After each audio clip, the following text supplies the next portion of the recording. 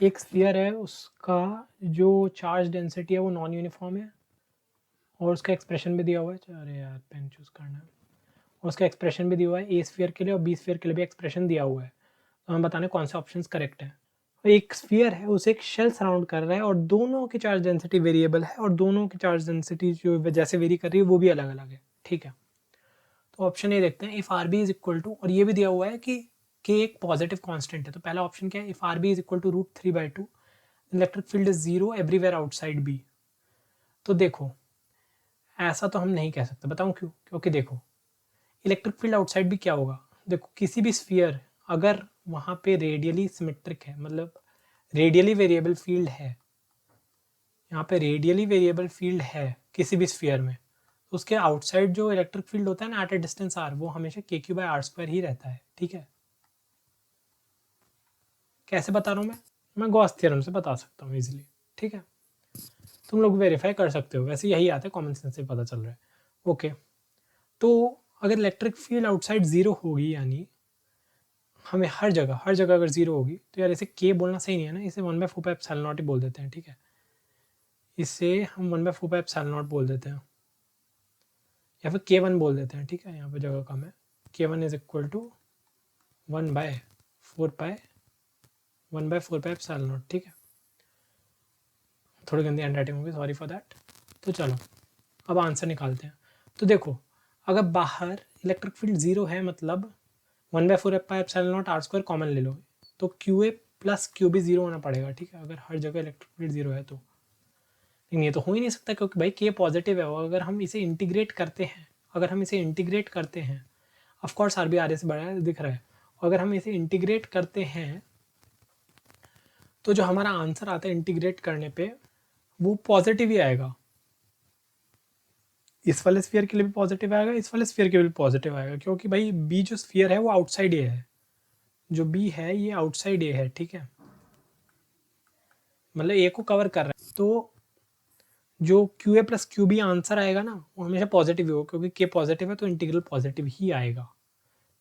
ये देख सकते हैं। तो भाई ये ऑप्शन तो गलत हो गया, ये तो भाई मैं कैसा भी कुछ भी आर बी हो, ये इसका इलेक्ट्रिक फील्ड जीरो हो ही नहीं सकता बाहर।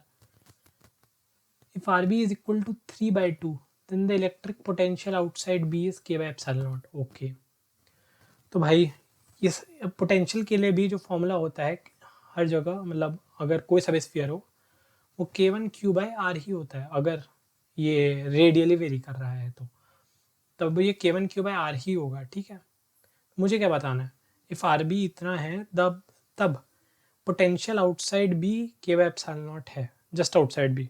ओके, देखते हैं भाई। सबसे पहले तो भाई हमें चार्ज निकालना पड़ेगा इसके लिए ए और बी पे, फिर ही हम बता सकते हैं। तो भाई QA निकाल देते हैं। QA किसके बराबर होगा भाई, तुम्हें पता है ना कि शेल लेके इंटीग्रेट करके आंसर आ जाता है, और एक शेल का डिफरेंशियल एरिया 4πr² होता है, ये भी पता ही होगा।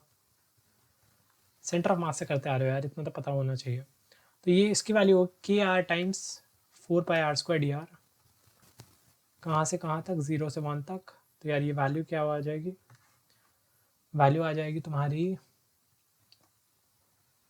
4πk इंटू 1/4, अरे इरेजर सेलेक्ट हो गया गलती से, 4πk into 1/4 which is equal to πk। चलो अब क्यूबी की वैल्यू निकाल देते हैं। क्यूबी किसके बराबर है, मैंने अभी आर बी को आर ही लिख रहा हूँ। ठीक है, 1/2R 2k/r into 4πr²dr। Okay भाई, तो भाई ये कट गया, आंसर हमारा आता है, वहाँ से 2 कट जाएगा, 4πk r² - 4। मेंटली हो गया भाई, कैलकुलेशन तुम पे छोड़ रहा हूँ। ओके, तो अब मुझे निकालना है कि भाई इलेक्ट्रिक फील्ड जस्ट आउटसाइड उसके बराबर होगा, तो 1/4πε0 जो हमारा K1 है Q/R,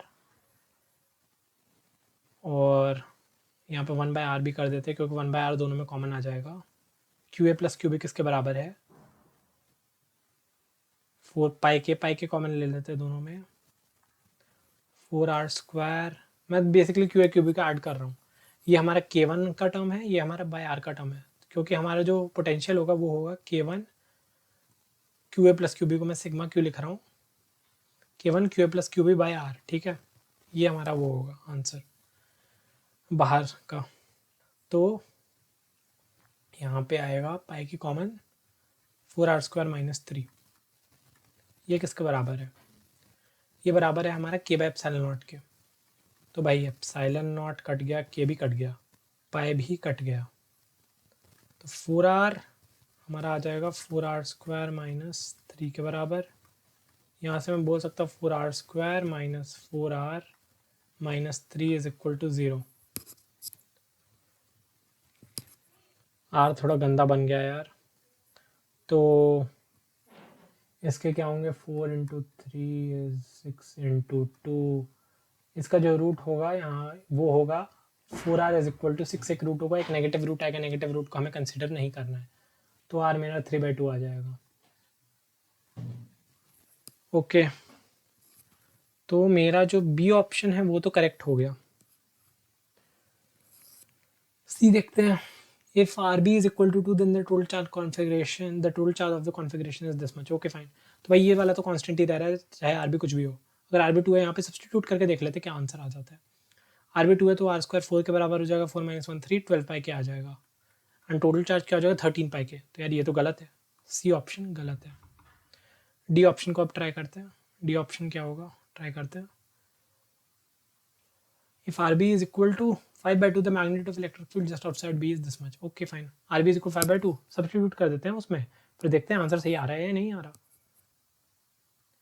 अगर R 5/2 है तो 25/4, 25/4 - 1 21/4, 21 पाई के हो जाएगा, 21 पाई के हो जाएगा। टोटल चार्ज क्या हो जाएगा 22 पाई के। और अभी हमने देखा ही है कि इलेक्ट्रिक फील्ड क्या आता है, तो वो क्या हो जाएगा 1/4 pi epsilon not Q + QB by r²। r² किसके बराबर हो जाएगा 25/4, एंड टोटल चार्ज क्या हो जाएगा 22 पाई के, राइट।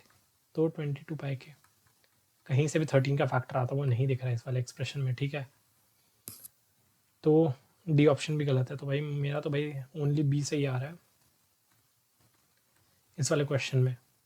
ठीक ठाक क्वेश्चन था, कैलकुलेटिव था, थोड़ा सोचना तो ज़्यादा नहीं था।